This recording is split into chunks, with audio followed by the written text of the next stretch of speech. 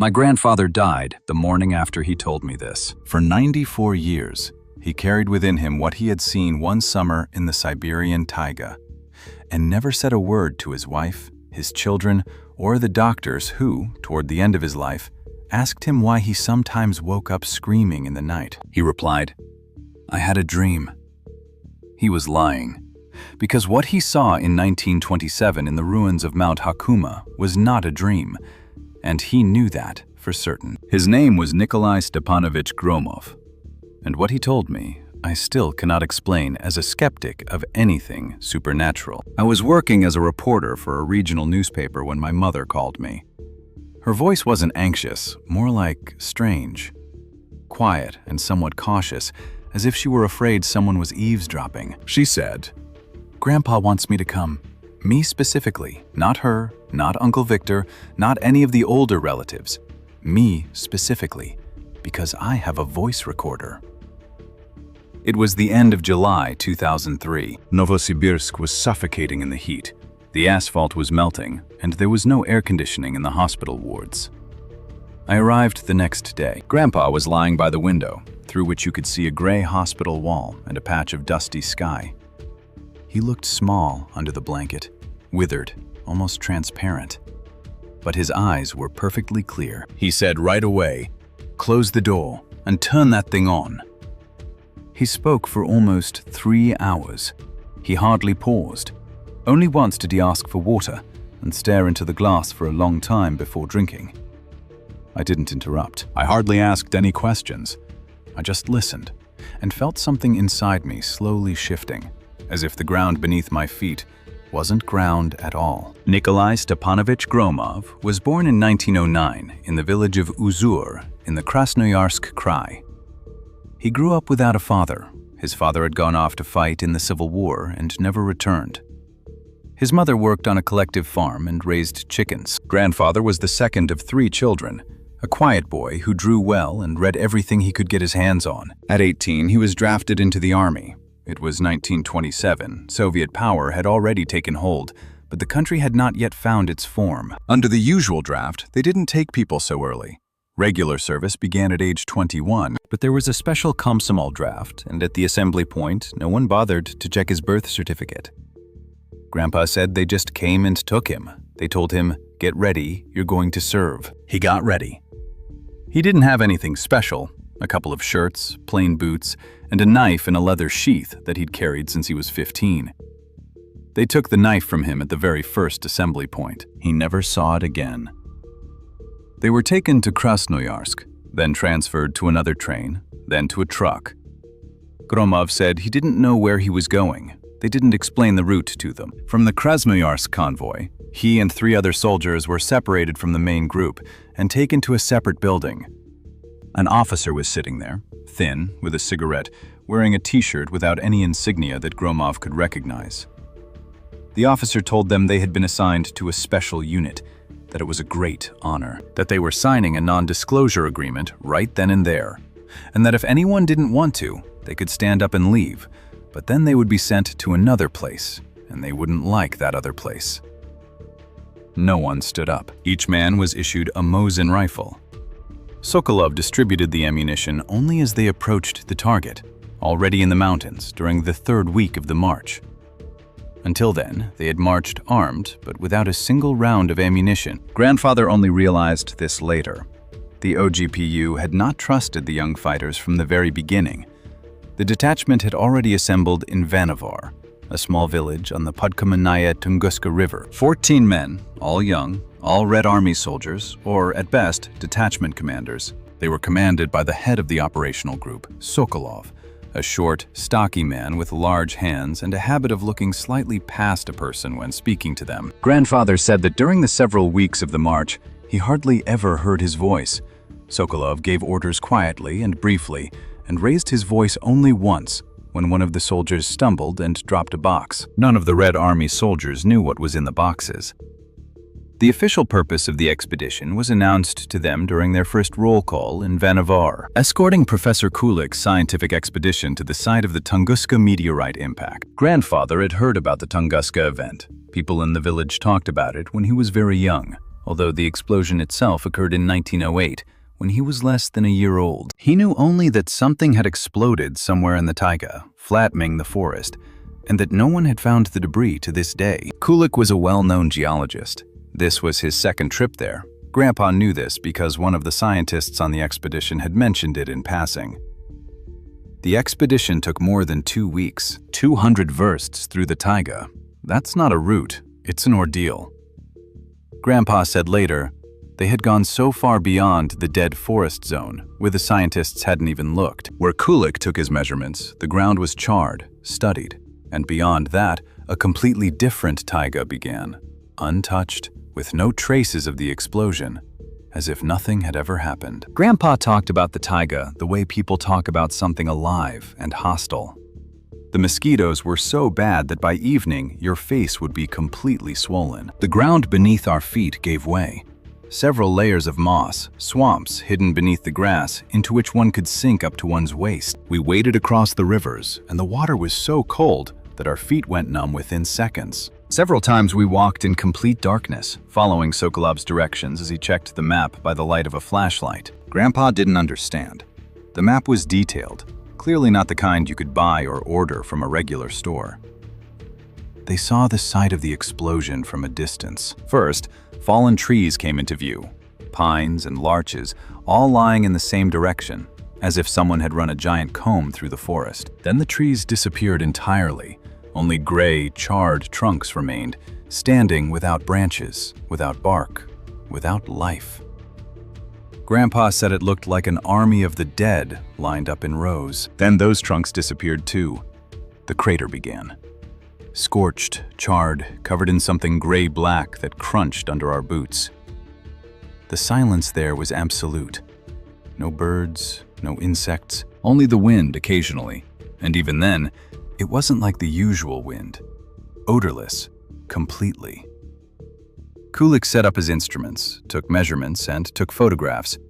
His team worked methodically, efficiently, but Sokolov allowed his unit to rest for only an hour and then ordered them to move out, in the other direction, not the way the scientists were going. Grandpa said that was when he first sensed something was wrong. Sokolov was leading them to coordinates that weren't on the general map. He had a separate sheet of paper, thick paper folded in 4, which he took out only when he thought no one was looking.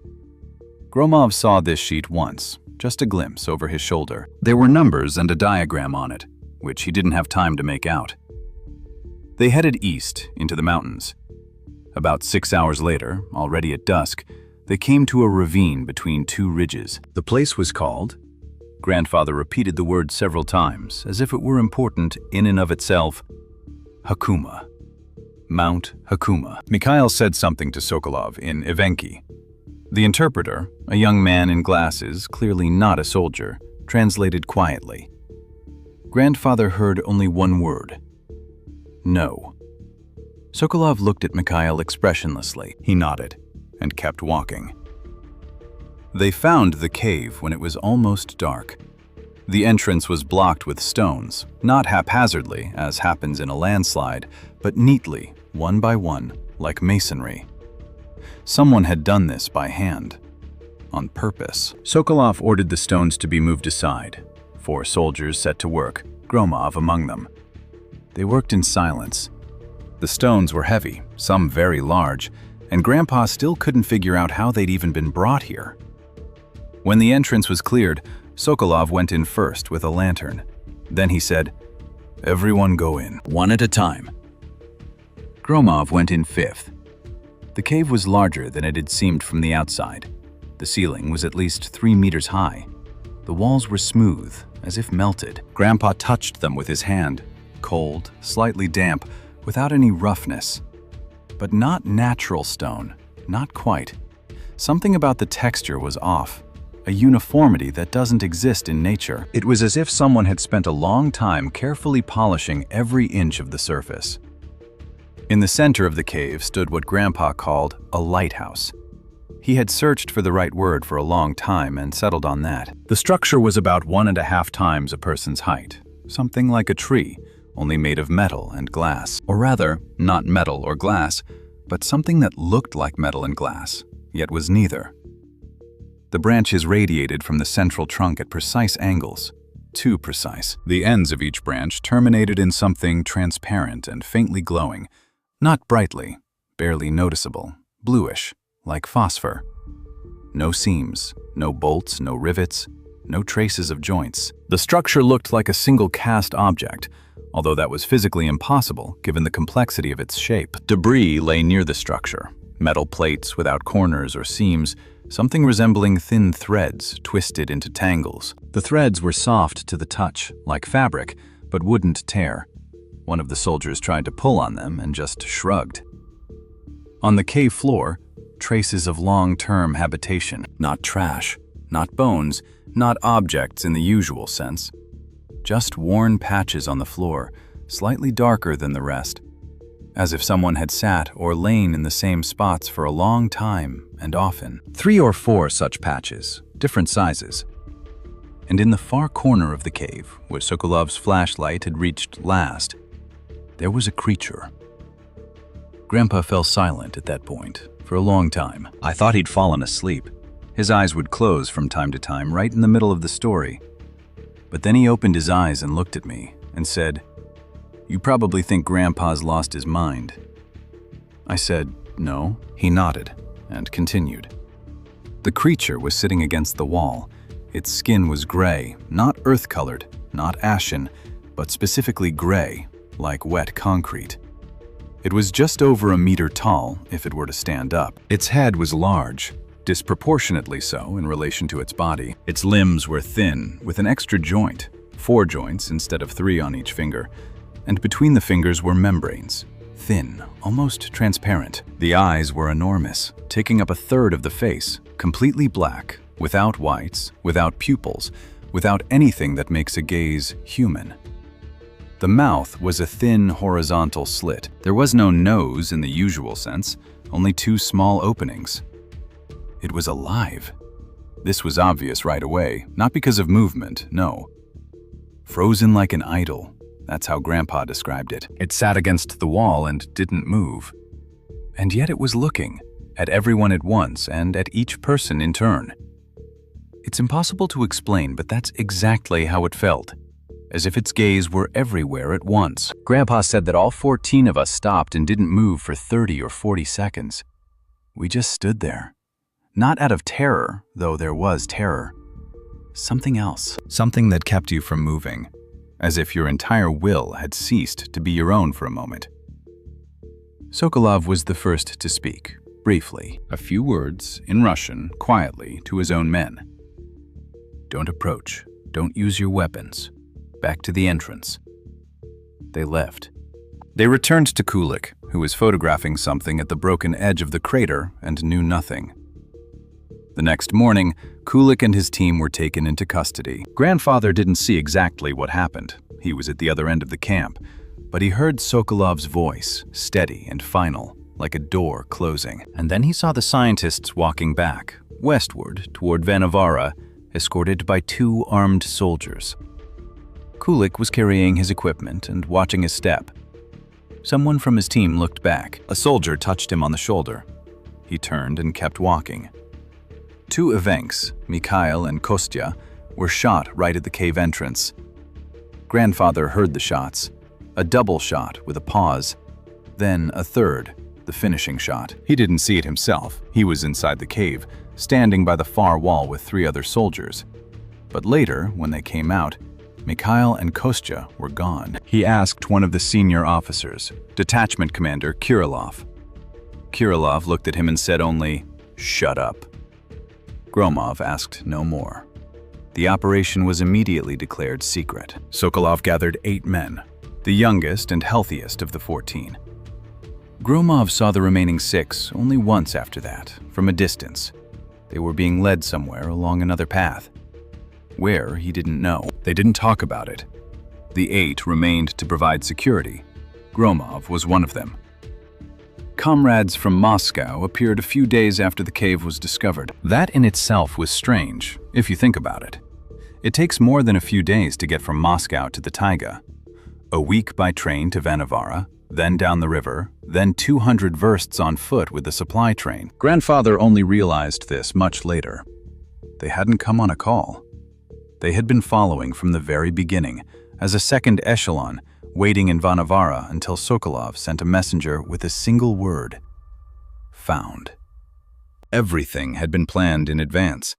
Sokolov knew exactly what he was looking for, and he knew what to do when he found it. 3 or 4 of them, dressed in clothes without any insignia, something halfway between a city suit and a pair of work overalls. One was clearly a medic. Gromov saw him laying out instruments on a field table. Another wore thick-lensed glasses and was constantly writing something down in a notebook.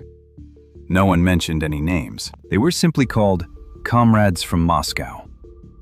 Sokolov bowed to them, not formally, not by the book, but in some other way. The way one bows to people on whom one depends.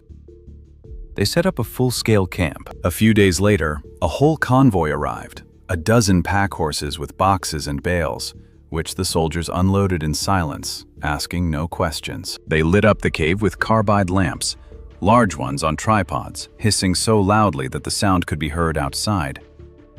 Grandfather remembered that smell. Sharp, chemical, completely out of place amid the pine needles and the dampness of the marsh. The shadows cast by the carbide light danced across the melted walls in a peculiar way. Sharp, without half-shadows, as if drawn in ink. The entrance was fenced off with barbed wire on wooden posts, quickly, professionally, the way people do it who have done it many times. A guard post at the entrance, 2 soldiers, changing shifts every 6 hours. Gromov worked the shift from 2 to 8, the night shift, the hardest one, 12 hours a day. It went on like that for weeks. The sound started around the 3rd day, or the 4th, Grandpa wasn't sure. At first, barely noticeable, on the edge of audibility. More of a vibration than a sound, something low, steady, without pauses. At first, Grandpa thought it was the hissing of carbide lamps echoing off the walls. Then he realized the lamps didn't hiss like that outside. This sound was coming from inside the cave. When you stood at the entrance, your teeth started to ache. Faint, almost imperceptible, but it was definitely a toothache. That specific throbbing that comes from the roots. Sometimes his vision would darken. For a few seconds, the image would blur, then return. This only happened when the sound grew louder.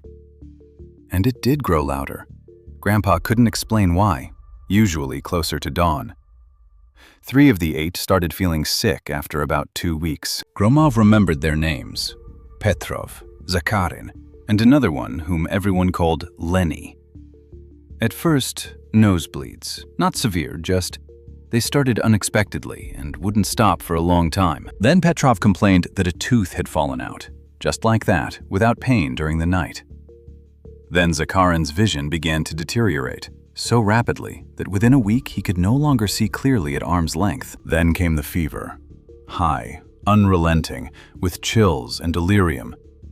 Moscow doctors examined them, whispering something to Sokolov. A month later, all 3 were dead. The official documents listed the cause as typhus fever. They chalked it up to typhus, Grandpa said. He knew what typhus looked like. He'd seen it in the village as a child. This wasn't that, not at all. Before he died, Petrov's skin turned translucent. He could see the blue veins beneath it, like rivers on a map. Zakharin didn't speak in his final days. He just stared at a single point and sometimes whispered something without a sound. No one heard what he said. Lenia died first. It happened quickly. In the evening, he was still talking, quietly, indistinctly, and in the morning they found him cold. No one cried. It was strange, Grandpa thought later. No one cried. It was as if something was weighing on people, suppressing their usual reactions. The bodies were taken away somewhere. Gromov didn't see where. They were just gone one morning.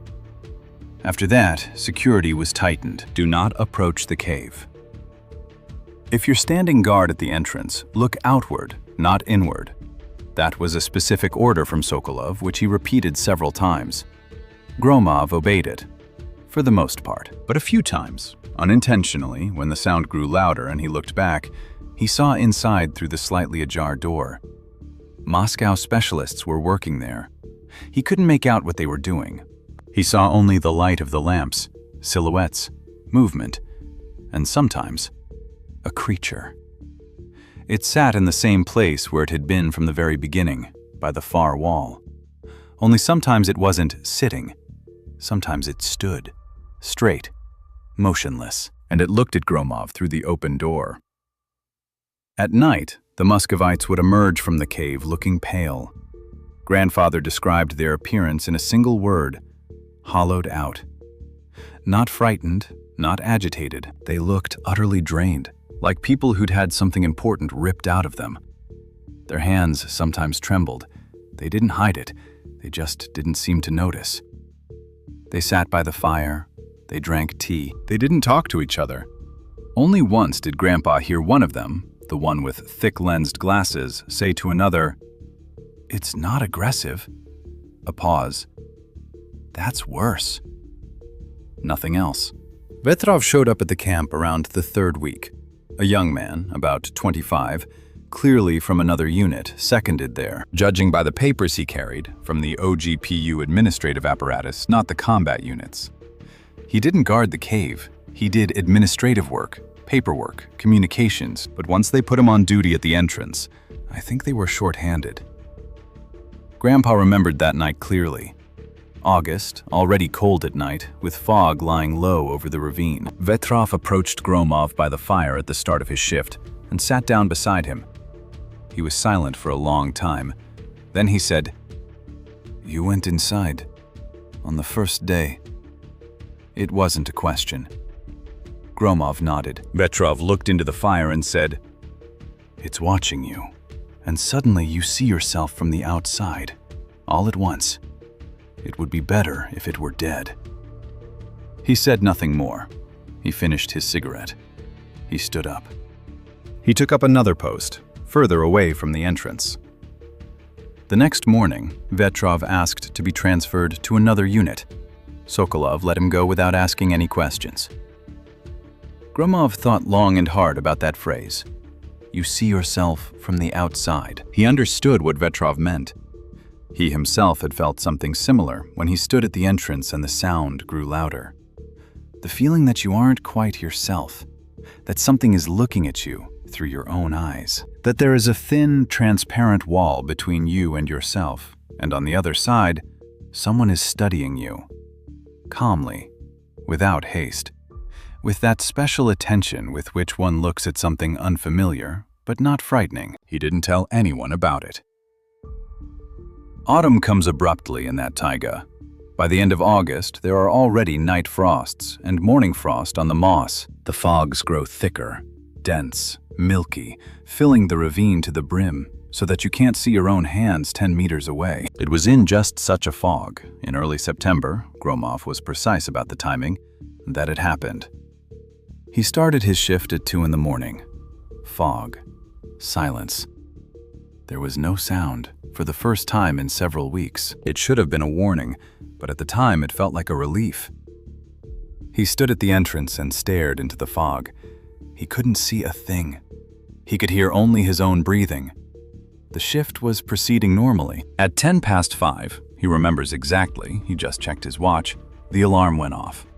Not loud, 3 short taps on a suspended canister. It meant something had happened at the site. The cave door was open, from the inside. It hadn't been forced open. The hinges were intact. The lock was intact. The grate they'd installed a few weeks ago was in place, untouched. The door was simply open, the way one opens it from the inside when leaving. Inside, empty. The creature had vanished. The structure, intact. The debris, intact. The marks on the floor, the same. Moscow specialists searched the cave 3 times, using flashlights, mechanical probes, and magnetic compasses. The needles of the latter immediately began to go haywire as soon as they were brought inside. Nothing. No tunnels, no secret passages, no holes in the walls. The walls were completely intact. The ceiling was intact. The floor was intact. The creature had simply gone through the locked grate, through the closed door, through the fog, and vanished. Sokolov rallied everyone. They combed the taiga for 3 days. Gromov walked in a chain. chest deep in wet ferns, through swamps, up slopes. Nothing. The dogs, they'd been brought in specially from some security unit, lost the trail 100 meters from the cave entrance. Not on solid ground, not on rock, on open moss, where the trail was supposed to be. They simply lost it. They sat down and began to howl, softly, almost plaintively. The handlers didn't understand. On the fourth day, an order came from Moscow. Abort the operation. Destroy the target. The sappers worked for 2 days. The explosives were brought in by the same convoy as all the other equipment. Grandpa didn't know how much they had laid. A lot. He saw how they carried it into the cave in bundles, how they placed charges in the natural fissures of the rock, cracks extending deep into the bedrock, which the sappers had tapped out long and methodically beforehand. Then they unwound the wires. The Moscow specialists discussed something at the entrance with a map for a long time. Before the explosion, they carried only one thing out of the cave, a small metal box, sealed, with no markings. One of the men from Moscow carried it with both hands, clutching it to his chest. Gromov neither saw nor knew what was inside. The explosion was powerful. It completely collapsed the rock above the cave, several tons of stone. The cave was buried. The structure, debris, wires, marks on the floor, everything was buried under a pile of rubble several meters thick. They later explained to the locals that it was a natural gas explosion in the peat bogs. Rare, but it happens. The camp was burned down that same day. Tents, tables, equipment, anything that wouldn't burn was buried. The 8 survivors were gathered together one last time that same night. Sokolov spoke to them briefly. Everyone will receive new documents. Everyone will be sent to a different region of the USSR. Everyone must sign a pledge for life with no statute of limitations. A violation does not mean prison. It meant, you understand what this means and don't ask any questions. Gromov understood. Each was given an envelope. Inside the envelope were new documents, a small amount of money, and the address of a safe house in the new city. They never saw each other again. 2 of the 8 died within the next year. Accidents. Gromov heard about this indirectly, many years later, through people I won't name, because they too kept silent. One drowned in the river that summer, a good swimmer who had never drowned before. Another was hit by a truck on an empty street. Accidents. They happen. Mykolai Stepanovich Gromov received documents under a different name. Later, his own again when things had stabilized a bit. He moved. He settled in Novosibirsk, got married, worked at a factory, raised children, grandchildren, fixed bicycles for the neighborhood boys, went to the movies once a month. Never spoke of the year 1927. But every night, especially the quiet ones when the fog hung low and the sounds of the city didn't reach the bedroom, he felt something he couldn't describe in words and hadn't tried to for a long time. The sensation of a gaze. Not a frightening gaze, no. Just an attentive one. Calm, studying. As if somewhere in the Siberian taiga, there was a creature that had once looked at him through the bars of a cage and had seen not a soldier, not a guard, not a number on a list. It had seen a human being and remembered. That was the scariest part. Not that it had gone away, but that it might have remembered. It's still there, Grandpa said. The last thing I recorded on the voice recorder that night, quietly, without inflection, as if stating a fact. Just waiting. He died the next morning. August 8th, 2003, at 6:22 a.m., in his sleep. The nurse said his face was peaceful, the most peaceful it had been the entire time he'd been in that ward. I sat in my car in the hospital parking lot, holding the recorder in my hand. The tape had 3 hours of recording. I listened to it twice. Then I put it in the glove compartment. Then I took it out again. I'm a journalist. I'm used to checking facts. So I started checking. Leonid Kulik did indeed lead expeditions to the Tunguska site in the 1920s. That is common knowledge. The first one was in 1927. Specifically, in 1927. He did indeed set out from Vonovara. The route matches the one my grandfather described. It wasn't a secret. The Soviet press wrote about Kulik's expedition, albeit sparingly. What exactly happened there? There are still gaps in the archives. Some of the documents from the 1927 expedition in the Russian State Archive of Scientific and Technical Documentation remain classified to this day. The classification has not been fully lifted. The official explanation is state secret. The classification period has been extended. It was extended in 1993, after the collapse of the USSR, when the archives of the Special Services began to be placed under strict control again, and interdepartmental commissions methodically reviewed old files, deciding what to declassify and what to keep classified. I found a mention of Mount Hakuma in Evenki toponymic reference books. There is such a place in the Podkamenia Tunguska region. The Evenki name translates roughly as the place where one must not go. Not a dangerous place, not a restricted zone. Precisely, a place where one cannot go. Without further clarification, as if the word cannot itself were sufficient explanation. I was looking for information about the OGPU's special detachments that accompanied scientific expeditions in the 1920s. This was nothing out of the ordinary. The OGPU controlled everything, but in some archival inventories I found references to operational escort groups with expanded powers. Expanded powers was a euphemism of the time that included, among other things, the right to execute someone without trial, on the spot, at the commander's discretion. I tried to find Sokolov. Major Sokolov is too common a name to search for by first and last name in the OGPU archives, especially since the OGPU archives are only partially open. But I found something else. In the OGPU's Special Expeditions collection for the 27th year, there is an entry regarding Operational Group of KG Sokolov, Siberian District, June to September. Nothing else. No objectives, no results, no roster. A single line and a note. Case materials transferred to the Special Collection. Reference classified. Special Collection.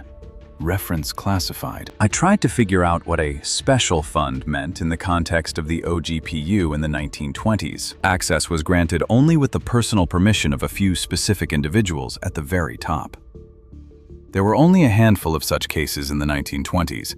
You could count them on one hand, and all of them concerned either something strategically critical or something that people preferred not to think about out loud at all.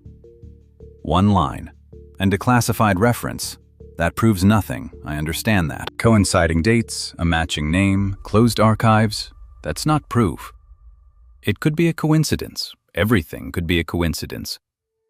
But there's something else. Among my grandfather's papers, after his death when my mother was sorting through his things, a single photograph was found. Small, black and white, worn at the folds. I'd seen it before. It had been in a desk drawer for as long as I can remember. I thought it was just a photo from the army. Young soldiers, a forest in the background, wooden buildings. A typical army photo. My mother always said, "Grandpa fought in the war. He has a lot of photos." I looked at it after listening to the recording, closely, with a magnifying glass. It's not a war photo. There isn't a single insignia, emblem, or detail in the photo that would indicate a specific year or unit. 8 young men are standing by a low wooden structure, taiga in the background. One of them, the second from the left, looks like my grandfather. Young, very young, a completely different face, but something in the way he holds his head, in the way he holds his hands. It's him. Between them and the structure is a patch of ground with something on it. The photo is blurry, and the object is at the edge of the frame, partially cropped. But it's something metallic, with branches. It looks like a tree. I showed the photograph to 3 experts in archival photography. All 3 said the same thing. The photograph is authentic from the 1920s on Soviet military photographic paper. It is not a forgery. An original photograph from that time. None of them could say exactly what is depicted on the right edge of the frame. The photograph is now in my safe. The audio recording is there too. I made several copies. The original tape is with the notary. I don't know exactly what my grandfather saw in the cave near Mount Hakuma in 1927. I don't know if what he described was an accurate representation of reality, or if the memory of a 94-year-old man had altered, added to, or distorted something. I don't know what that creature is or where it came from, before the explosion of 2008, after it, or completely independently of it. I don't know where it is now. I don't know if it's even alive. A person lives 70, 80, 90 years. My grandfather lived to be 94. How long that thing he saw in the corner of the cave lives, no one can answer that. But here's what I know for sure. I know that for 70 years, my grandfather couldn't sleep at night without feeling that gaze. That he never, not once, told anyone about it. That he asked me specifically, with a voice recorder, because he wanted it to be recorded. Because he felt, this needs to be preserved. Not for himself, for something else. And I know that there is a single line in the archives, Operational Group of KG Sokolov, Siberian District, June to September, and a classified reference that no one has declassified in nearly a century. Even though the USSR is long gone, even though the OGPU is long gone, even though everyone who knew the truth is long dead, someone extended the classification in 1993. Someone decided that even now, in 2003, in 2023, this should not be known. Why? What exactly is this document protecting? A memory of a dead creature buried under rubble in the Siberian taiga? Or something else? The Tunguska event of June 8, 1908 is one of the most studied and, at the same time, most unexplained phenomena in the history of science. An explosion with a yield of 10 to 15 megatons. It flattened a forest covering an area of 2,000 square kilometers. The shock waves circled the globe twice. This was recorded by seismographs around the world. Eyewitnesses hundreds of kilometers away saw a pillar of fire and heard thunder. And no traces of a meteorite. No crater, no fragments, no extraterrestrial material. Nothing. An empty crater and a flattened forest. Over the past 100+ years, dozens of theories have been proposed. A meteorite that vaporized upon impact, a comet, antimatter, a small black hole, a natural gas explosion, an atmospheric phenomenon. Not a single theory fully accounts for all the facts, not a single one. What if the explosion of 2008 wasn't the cause? What if it was the consequence? What if something or someone was falling, and the explosion wasn't a collision but something else? An emergency braking maneuver? An attempted landing? The destruction of something that was not supposed to fall into the hands of random people? This is speculation, I understand. I'm a journalist. I have to say, this is speculation. But near Mount Hakuma, 200 kilometers from the epicenter, they found a cave with signs of long-term habitation, with a structure that no one could have built in 1927, and with a creature that simply walked away one morning. Through the closed bars, through the locked door, into the fog. Where? In 1993, around the time someone was renewing the security classification in the archives, several residents of villages along the Podkamenia Tunguska reported strange phenomena in the taiga to local newspapers. These were isolated, unexplained, and, taken individually, completely insignificant events. They saw a light, not the northern lights, but something else. They heard something, not an animal, not the wind, something unlike anything else. The dogs exhibited strange behavior, not aggression, but rather quiet restlessness and whimpering. The local evenks said, "The taiga is alive." They always said that, so no one paid it much attention. In the year 2000, a geological team working in the Podkamenia Tunguska Basin noted in their report an anomalous magnetometer reading in the area of a mountain range, the nature of which has not been determined. The anomaly was at a point which, if you overlay the coordinates on a topographic map, is located approximately 8 kilometers from the place where, according to my grandfather, the cave was. 8 kilometers. Did the ridge shift because of the explosion? Or did it not shift? Geologists attributed the anomaly to possible iron-bearing rocks. No further investigations were conducted. The party's funding ran out, and they left. Grandfather spoke of how the creature looked at him. He said, "It didn't see a soldier. It saw a human." This distinction, and he insisted on it, was important to him. Not a threat, not an object, not an obstacle, a human being. As if it understood the difference. As if that difference meant something to it. What this tells us about the creature's nature, I don't know. What this tells us about the nature of Grandfather himself, who lived 94 years with that gaze inside him, I think I know. It explains a lot. His silence, his nights, his calm in life's most difficult moments. He had seen something that made human tragedies lose some of their absoluteness. Not because they became less important, but because the universe turns out to be much bigger than any of them. He died at peace. I thought about this for a long time.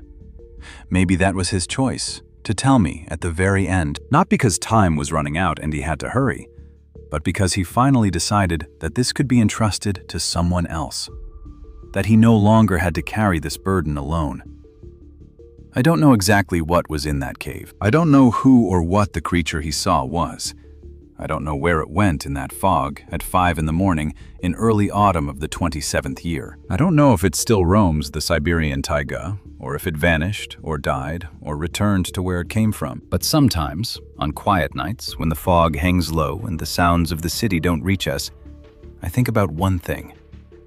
About the fact that it once looked at my grandfather and didn't see a soldier. It saw a man. And if it's still there, in the taiga, in the hills, in that ravine or some other one, and if it has something like a memory. Somewhere in that memory is an 18-year-old boy from the village of Uzar who stood by the bars of the cage early one morning, staring with huge black eyes devoid of whites. What if my grandfather was telling the truth? What if what the Soviet soldiers found in 1927 in the Siberian taiga really did exist and vanished without a trace? What if it's still there, patient, silent, studying us just as calmly as it studied the young soldier through the bars of the cage? What do you think? What was it?